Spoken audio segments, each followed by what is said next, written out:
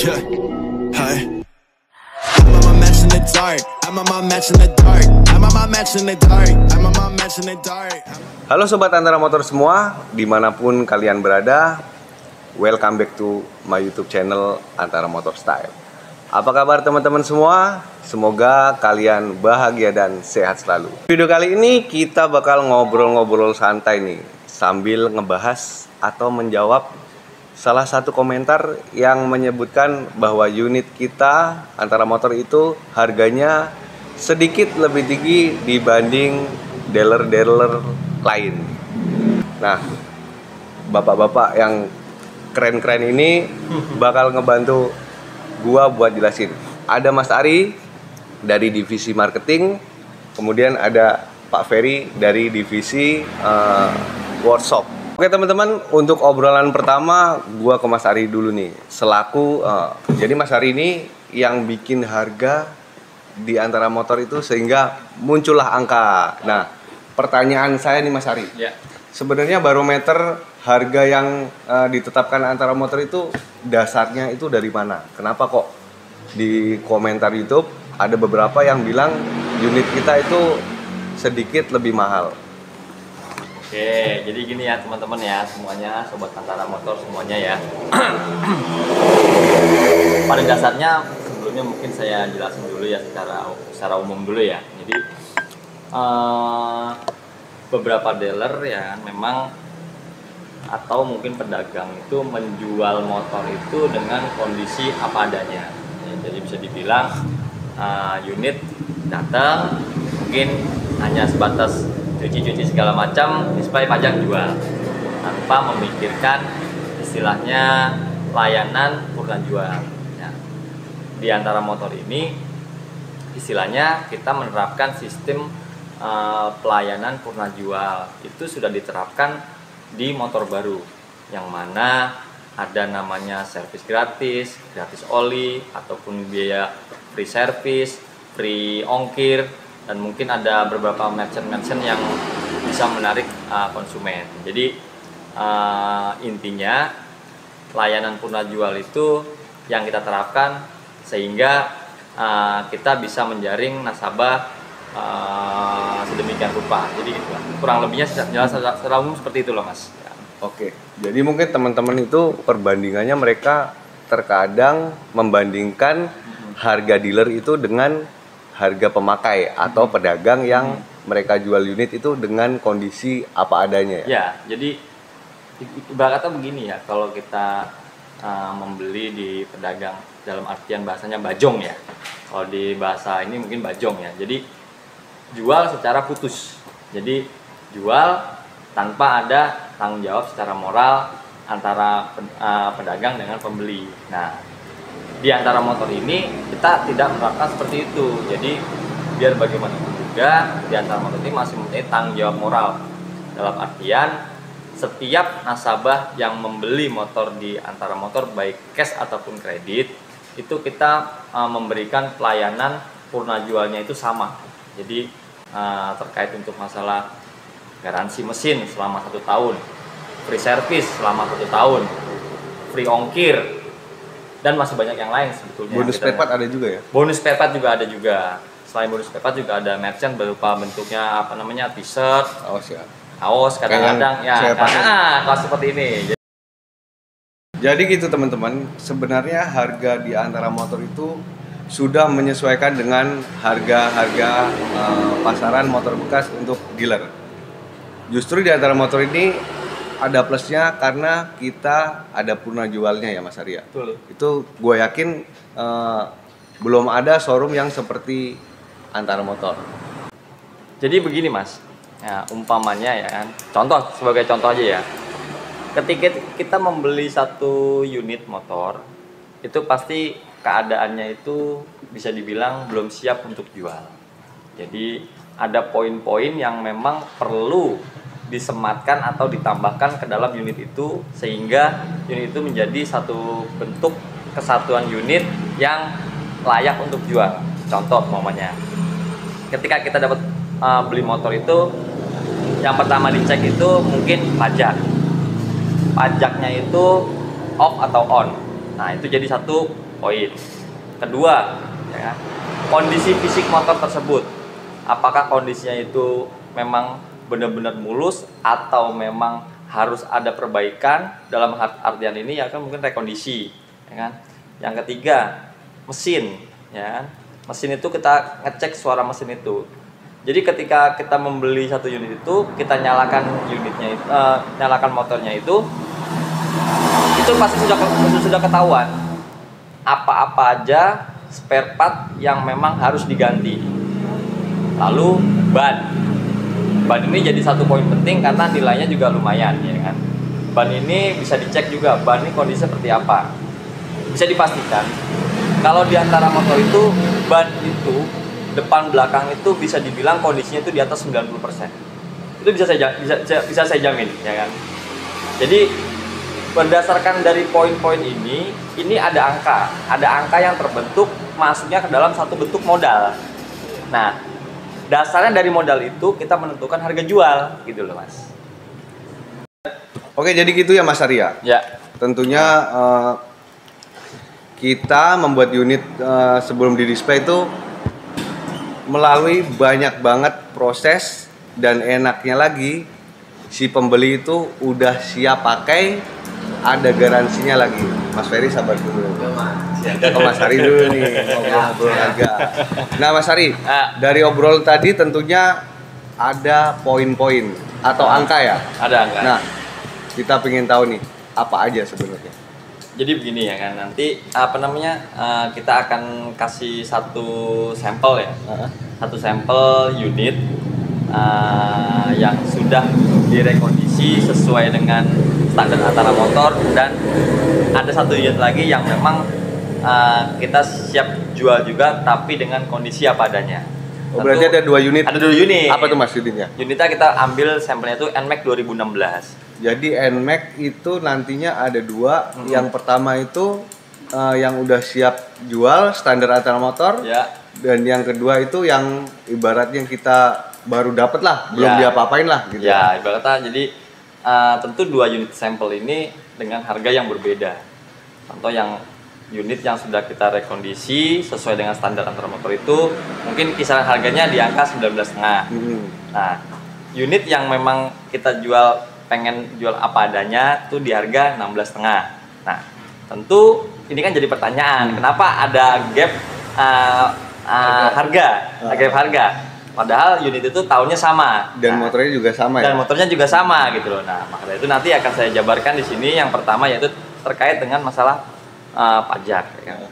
Jadi nanti teman-teman bisa milih nih ya Mas ya. Ya, kita bisa mau yang milih, motor harganya murah tapi kondisinya apa adanya, atau yang harganya sesuai harga pasaran dealer tapi kondisinya standar antara motor. Ya, jadi kita di sini ngambil sampel satu unit NMAX 2016 dengan nopolnya B3264 EHW ya.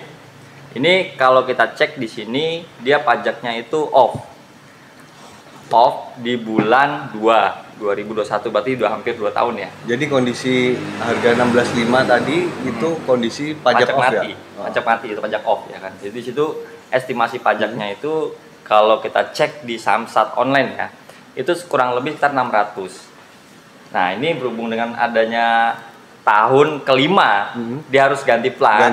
Ganti plat. Berarti ada tambahan biaya sekitar 300.000. Tambah biaya proses dan jasa itu kurang lebih 150.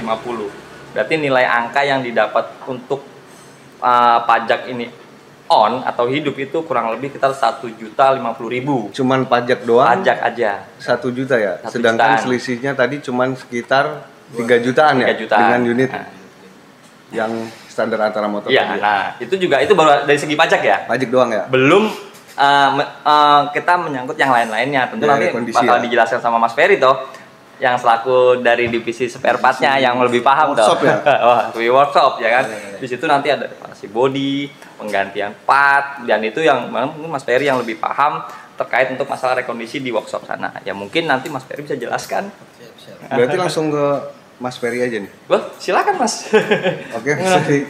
Gimana? Jadi tadi Mas Ari udah menyampaikan bahwa sampel kita kali ini adalah Yamaha NMAX NMAX ya? tahun 2016. Nah, sekarang gini aja ya kan, untuk biar para audiens juga nggak nggak penasaran apa aja sih yang poin-poin yang harus diganti itu, dan itu nilai angkanya berapa, dijabarin aja. Jadi kita juga semua juga terbuka aja. Oh, nilainya sekian, nanti di total ditambah dengan biaya pajak itu nanti ketemunya biaya rekondisi sampai dengan bisa di display itu ada nilainya berapa. Nah, nanti kita perbandingkan dengan harga yang tadi saya sebutkan tadi 16,5 dan 19,5 gitu. Tinggal pilihannya mau yang mana seperti itu loh. Oke, ini saya untuk kampas dulu nih, kampas depan belakang tadi. Kampas depan belakang, depan itu bisa mungkin paling murah 16 ribuan. 16 ribu depan belakang. Jadi 32.000 bisa lebih itu Mas Wisnu. Kita ambil 40.000 lah ya. Nah, 40 ribuan untuk kampas depan dan belakang. Yang kedua tadi yang jelas ban depan Yamaha NMAX pasti itu pasti mahal. Beda dengan Matic lainnya ya. Berapa itu kira-kira? Itu ban depan itu bisa range harga 300 ribuan. Bisa lebih bahkan untuk ban depan. Ban depan belum ban belakang. Ban belakang itu bisa 370-an bahkan lebih 400. Oke, 375 kita ambil. Anggap aja 700 lah ya ban depan belakang. Bisa apa kurang? Ya. Itu mungkin ya merek-merek inilah, yang standar kita aja. Ya. Nah, tapi kalau yang dari kita emang sudah berkualitas ya. Itu berarti kita bandingkan dengan harga aja. Nah, kalau teman-teman ganti di luar nih misalnya gitu ya. 700 ribuan. Setelah itu body udah pasti itu kita ya kalau ngeliat kondisi unit yang kita jadikan sampel itu ya pasti body itu perlu ada namanya reparasi ya kan. Nah untuk catnya nih Mas Ferry. Kalau di oplos kan beli oplos kan sama aja. Kalau kita itu pakai kalau kita itu pakai cat Carglass. Carglass itu cat yang memang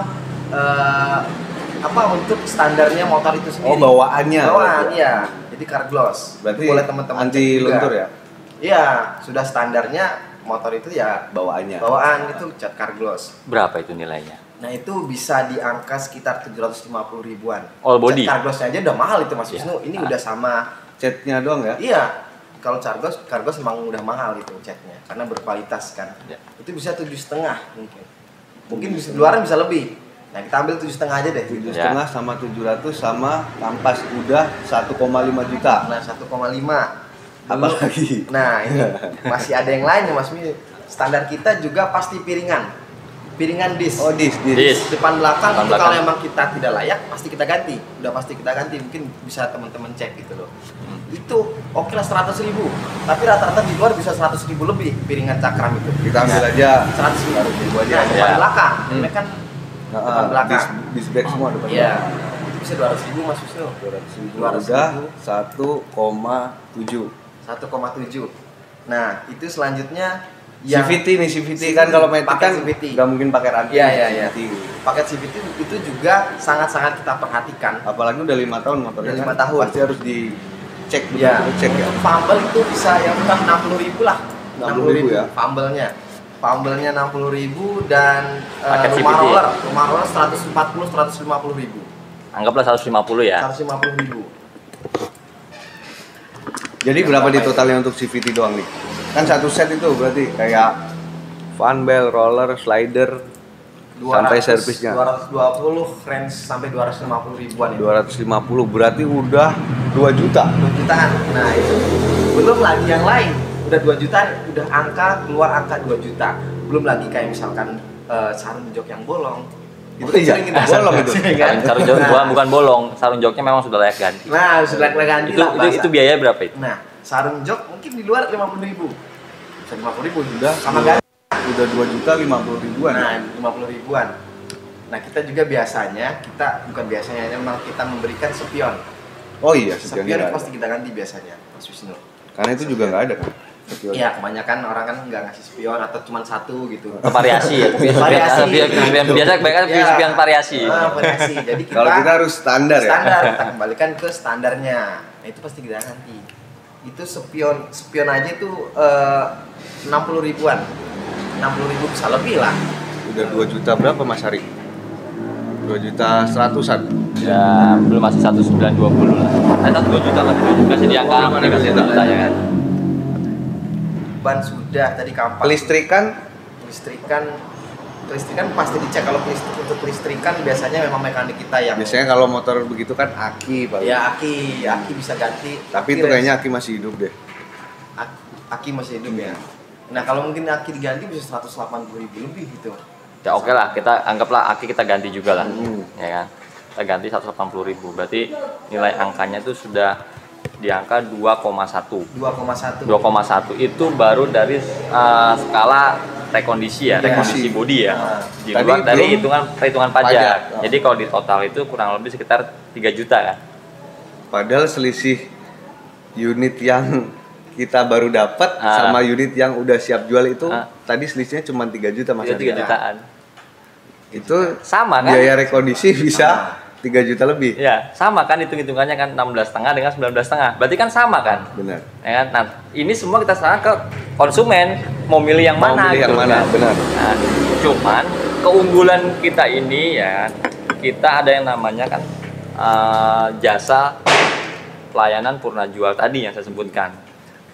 Contoh kayak garansi mesin 1 tahun, free service selama 1 tahun, ya kan, jasa antar unit secara gratis, belum lagi bonus-bonusan yang kita berikan kepada konsumen. Jadi nilainya itu kalau kita jabarin ternyata 16,5 dengan 19,5 itu harganya kan ya memang justru worth malah it membengkak ya. Ya worth it ya kan. Iya. Jadi bisa dibilang ya menurut saya sih ya kita membuat harga itu sudah sesuai dengan pasaran. Jadi kalau memang ada salah satu komentar di YouTube itu yang bilang unit kita agak mahal, ya mungkin akan terbuka matanya ketika menonton video ini apa yang sudah kita jabarkan gitu loh. Jadi terkait masalah unit yang kita jual itu ya ini loh yang kita kita jual, istilahnya angka-angka yang sudah tadi dijabarkan itu yang kita masukkan ke dalam unit yang siap di display. Belum lagi kalau servis gratis dan garansi itu kita rupiahkan Mas Arya. Anggap sekarang gini ya kan. Kalau jasa servis saja ya, kita jasa servis. Anggaplah setiap sekali servis kita biayanya 50.000. Benar. Anggaplah 50.000 ya. Nah, kalau kita kalkulasi selama 1 tahun apa enggak sudah 600.000? 600.000. Nah, itu kita berikan secara cuma-cuma kepada nasabah. Karena apa? Yaitu tadi ya kan, kita memberikan pelayanan purna jual sehingga harapannya dari nasabah ini akan tumbuh nasabah-nasabah yang lain gitu. Oke teman-teman, itu tadi adalah penjelasan yang diikutin dengan data. Betul. Yang sudah dijelaskan dari pakar dari divisi marketing ada Mas Ari dan divisi workshop ada Mas Ferry. Semoga itu bisa menjawab pertanyaan teman-teman yang ada yang bilang kalau unit kita itu jualnya sedikit lebih tinggi. Membuat perbandingan, ternyata unit yang dikiranya itu harganya lebih murah ketika proses rekondisi segala macam pajak itu jatuhnya justru bahkan lebih tinggi dari harga yang kita jual. Jadi itu semoga bisa menjawab sedikit pertanyaan teman-teman, unit seperti apa sebenarnya yang harus kita beli, apalagi motor bekas. Tentunya kita harus memilih yang ada garansi, bahkan kalau di antara motor sendiri kita ada purna jualnya ya Mas. Oke, jadi clear ya teman-teman.